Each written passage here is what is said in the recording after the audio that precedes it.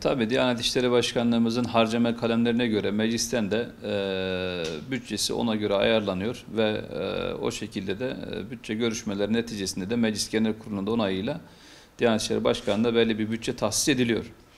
Dolayısıyla camilerimizin özellikle aydınlatma giderleri devletimiz tarafından kısmi olarak karşılanmakta. Tamamen yasa olarak tamamen karşılanması gerekiyor ama bazen geçtiğimiz dönemler gereği bütçe kısıtlamaları, bütçe daraltmalarından dolayı bunlar kısmi olarak karşılanma noktasında bir yardımcı olunuyor.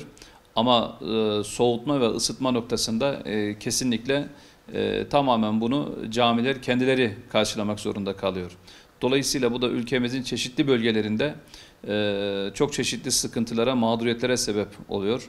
Tabii bizde elektrik müessesemiz özelleştirildiği için dolayısıyla ibadethane muamelesi yapılmıyor ve direkt faturaları geciktirildiği zaman bu anlamda elektrikler kesiliyor, belki icralık oluyor.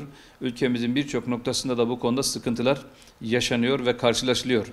Dolayısıyla Diyanetsel olarak bizim talebimiz kesinlikle camilerimizin de aynen aydınlatmada olduğu gibi ısıtma ve soğutma giderlerinin de devletimiz tarafından karşılanması ve bu konuda ülkemizin çeşitli bölgelerinde oluşan mağduriyetlerin giderilmesi, sanki camilerin, hükümetin cami elektriklerini kesiyormuş gibi, camileri karanlığa boyuyormuş gibi oluşan bir takım art niyetli insanların da oluşturmaya çalıştığı algılarında bu anlamda yıkılarak bir rahatlama oluşturulacağını ve bu konudaki taleplerimizi de tüm yetkililere, başkanlığımıza, hükümetin yetkililerine de iletiyoruz. İnşallah bunları da takip ediyoruz. Yani konu bağlamında eklemek istediğim şeyler, dolayısıyla bu problemlerin giderilmesi, bu problemlerin kaldırılması, şu anda mesela ülkemiz genelinde cemevlerini bile Kültür Bakanlığı'na bağlayarak kültür evleri pozisyonuna getirilerek dolayısıyla bunların bütün giderleri devlet tarafından karşılanıyor. Karşılanması gereklidir. Biz buna karşı değiliz. Elbette olması gerekiyormuş, olmuştur.